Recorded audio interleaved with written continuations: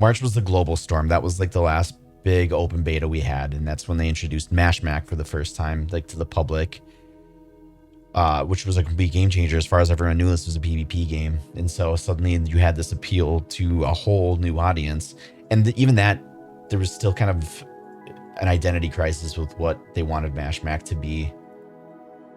And they got a lot of feedback on that, which is what ended up causing this delay, if you want to even call it a delay. They said spring 2025. They're like 2 weeks off of that, so it's barely a delay. But they obviously took all that information to heart, and like what we're getting with Mashmak now. Since we're going to kind of talk about some of the differences, Mashmak is now a true extraction. It sounds like especially compared to what we had before, where it was much more exploration focused. I mean, they have new maps with that too. That's its own thing, but there's new bosses. There's different difficulties that are applied to it too. The solo experience, we'll see, that was a point that people were trying to get across that was not a fantastic experience, but I think a lot of that was because it was maybe a population issue too, being that was a beta. Now that it's going to be released globally, might alleviate some of that issue. But yeah, there's new bosses, new maps. There's more ways to extract depending on what difficulty you're in. Having more than one difficulty is a new thing too, obviously. The biggest thing out of that is the stuff you're collecting, the mods, the in-game currency. They're adding a marketplace to that, so you can recycle. Like there's its own economy that they're creating in the game since then, and yeah, that obviously is a lot of questions there. Obviously they've thought it out, but you know that some bad actors are going to be taking advantage of that in some way, shape, or form. Or just little sandbox tuning stuff that they did from Mashmak 2. The auto beam cannon, well, yeah, I thought it was broken. It was that good. It just was that good. They've taken that, they've made it a point that specifically has been reined in. Yeah, that's what I'm a little concerned about, that people will find ways to actually monetize that with ill intentions. Have their streams for 500 minutes. I'll do that again in a little bit here if I have to. So Mashmak, yes, is leaning way more into the extraction mode than it was before. I'm excited about that. It's still not going to be the main draw, I think, for this game, but it has its place for sure. 6v6 new changes we have are basically just new maps, new sandbox stuff too that's going on with that. Mods that you do get from Mashmak are no longer applicable to PvP, to 6v6 or 3s, which I think that's a good change. Glad they experimented with it, finding ways we can kind of build craft a little bit, but it was causing more problems than it was worth. And so, like, you know what, let's just let that sandbox be its own sandbox. But the new maps look good. They added new environmental effects, I guess is the best way to say it. So one of the maps being like a lunar space, there's less gravity, so you're much more mobile. Love stuff like that. You have an underwater map where you feel like you're actually underwater. I mean, they made it sound like it is, some parts of it are literally inaccessible for some suits. So there's, that's kind of where the whole role system kind of comes into play. Like, you really have to lean into what each character is. I mean, with that too, they made another pass with some of the abilities. It felt like, I'm not going to go through all those because there was a lot, but just an example is Falcon has lock-on procced through maneuverability now, which wasn't a thing before. Melee not having a reset. Like, a lot of these things are probably going to be pretty busted, but everyone across the board seems to have gotten something like this. So it feels like everything we've been playing for Strikers was like 90-95% there, and then they just made one last 5% push so that each archetype kind of leans into itself a little bit more. I'm about to become a MechaBREAK sugar daddy. Yeah, buy low. There's going to be its own stock exchange.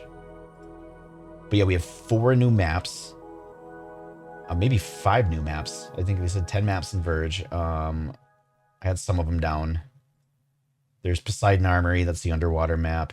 Imbrim Vigil was the lunar surface map. That one looked really cool. It was like Eyes of Mizra, but bigger. A lot of this, no new game modes. They're just, using some of the ones from before. I don't think they needed to add new game modes anyways. Sky Fortress Babylon, which was, I believe that was like the Skyland Grace. That was like a survival, 3 rounds of survival. Something launch site, didn't catch that. Everyone's making fun of me in Discord. We're just calling it something launch site, but that was like an escort payload. So yeah, new maps. 3v3, I had to step away for a little bit when that was going on, but I also didn't have a ton of experience with 3v3. The biggest thing with that is it's available right off the bat. So before, you had a prestige system where you level up based off of how much you're playing, and that unlocks different things. Besides that, like, you have access to changing different appearance things on you, like your model, your striker. You had access to different parts in the hangar based off of that. And when you head to a certain point, and I'm pretty sure it was one of the higher ones you had to grind for, you unlocked 3v3, but also the population was not there for it because it was a beta. So a lot of people didn't get to play around with that, but that sounds like it's going to be the main competitive mode. With that, they added a couple new maps too. I didn't get to check that out. Switching strikers mid-match is huge. We have not seen that in any capacity at all, and being able to do that specifically for that mode makes that a little bit more unique. That's not a thing in 6s. Big change there. Thank you, Shaka. Yes, I hope you get in the game. We'll be playing. Feel free to join up one of these days when you do see us playing, but thank you for hanging out. Glad you took interest in this.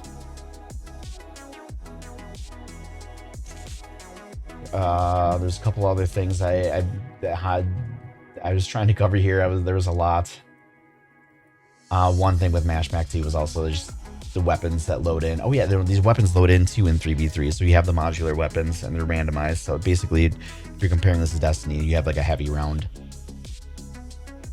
Thought that was really cool. You're gonna have to be playing around that. I'm excited to see how 3s plays.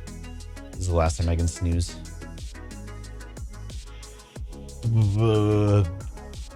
Beyond that, this was one of my biggest personal gripes, and I know that a lot of other people share this sentiment, but when you're trying to get people to play this game, they're like, well, what is the onboarding experience like? It's, oh yeah, you can hop in and play, but you have to go through a half an hour worth of tutorials and stuff before you can actually play with your friends. Granted, the tutorials were helpful, and it wasn't like they were a drag. You're playing the game, and it's just trying to kind of direct you a little bit.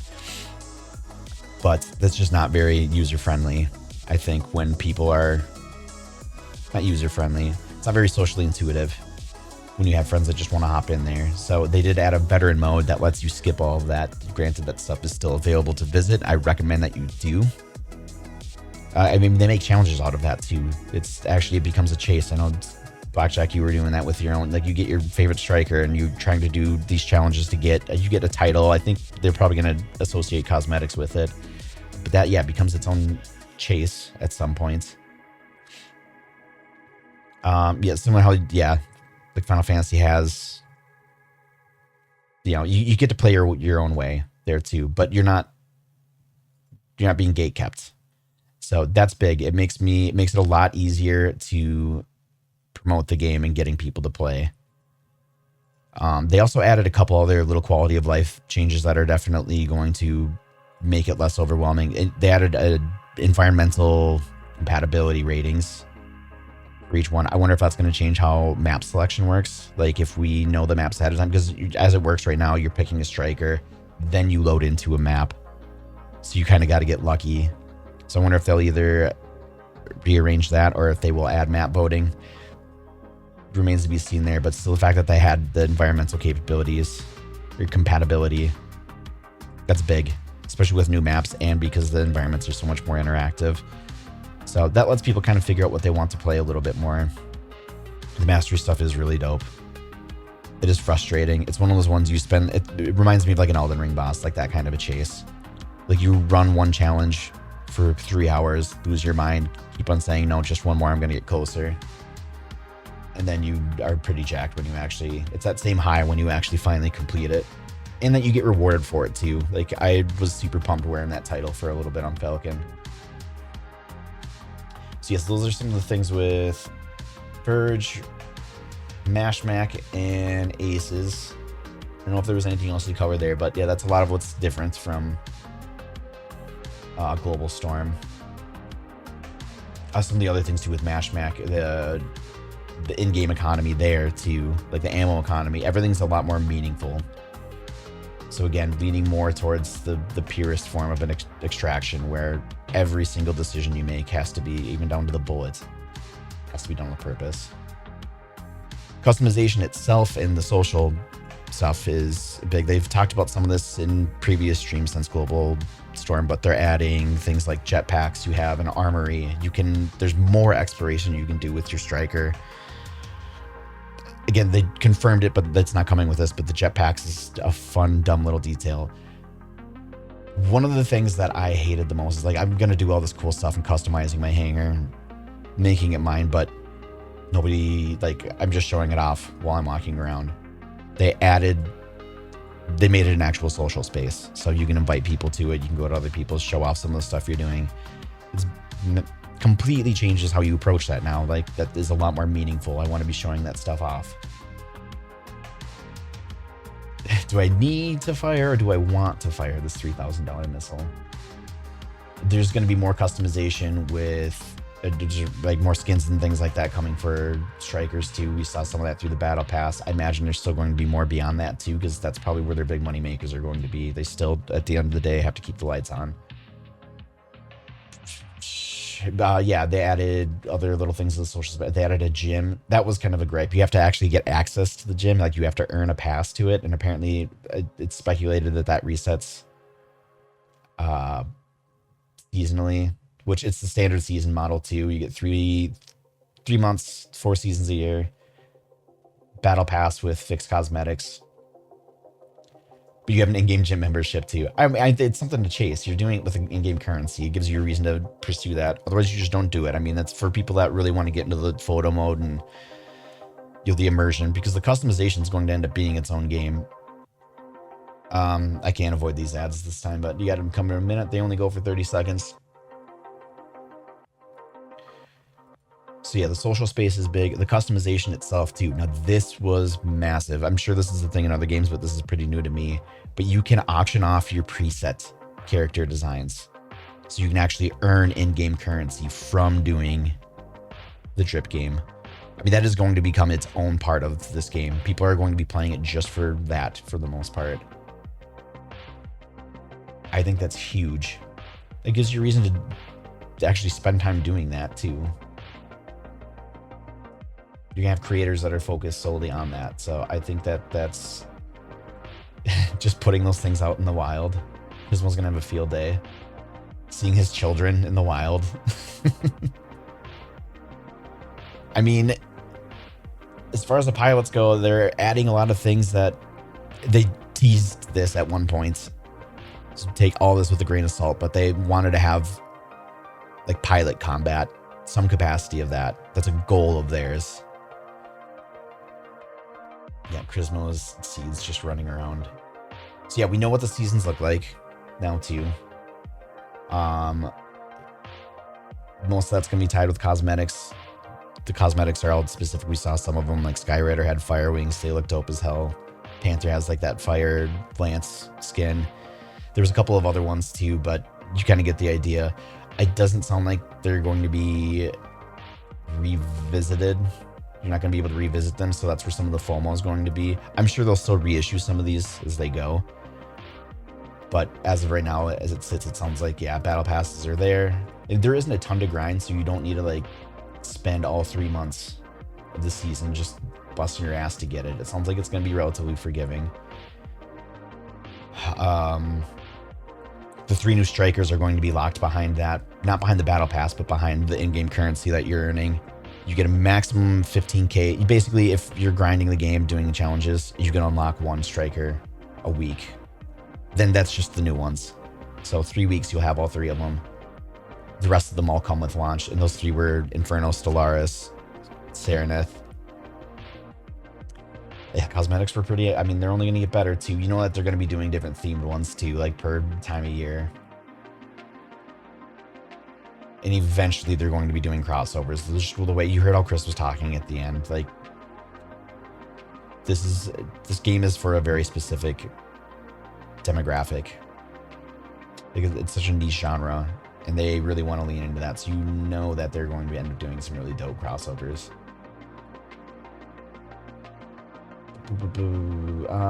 I probably won't do a breakdown on the new strikers themselves, but yes, 2 new strikers announced, Stellaris and Serenith, and sounds like there's going to be more on the way. The last little bits that I had here that I wanted to go over, deck compatible, that's huge.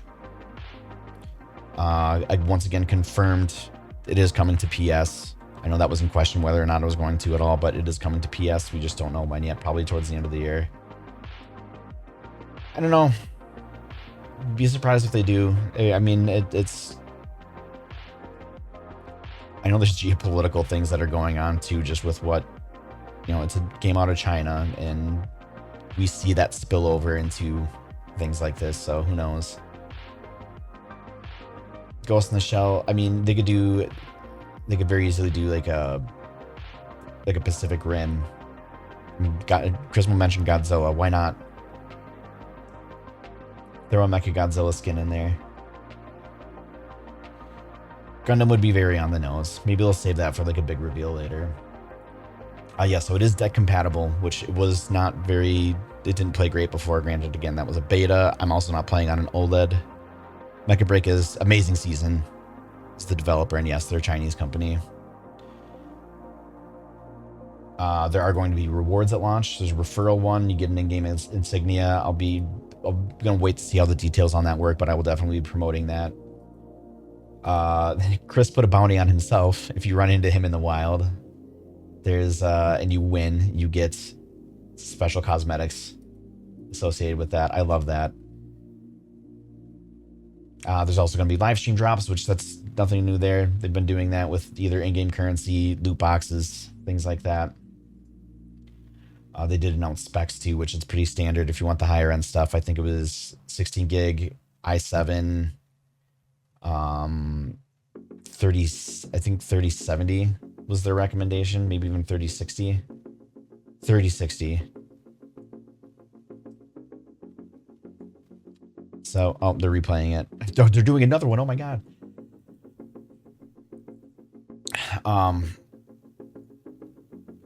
Yeah, I think that's it.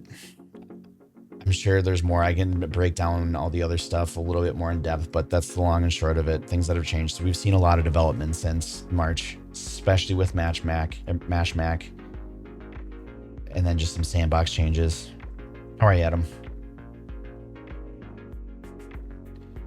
Yeah, I think that's kind of why I was getting at Oracle, and I think that's what Raz was saying too with Bandai. It might be a little tricky to do, but I mean, just hearing Chris talk, I was getting emotional there at the end, just hearing him as he goes, we didn't have, you know, we saw mech stuff. We didn't have our own to really look up to and, you know, claim ownership over. There wasn't as much of a stage for it, but they wanted it. And so this whole thing stemmed out of a passion project for him, basically. I mean, he literally refers to these designs, these strikers, as his children. His heart's in it. It's just nice seeing that, you know, considering a lot of the other games we play and knowing what, you know, how the talking heads, how the higher ups, how they approach their game versus how this is. It's refreshing. This wasn't a money thing. It was definitely just,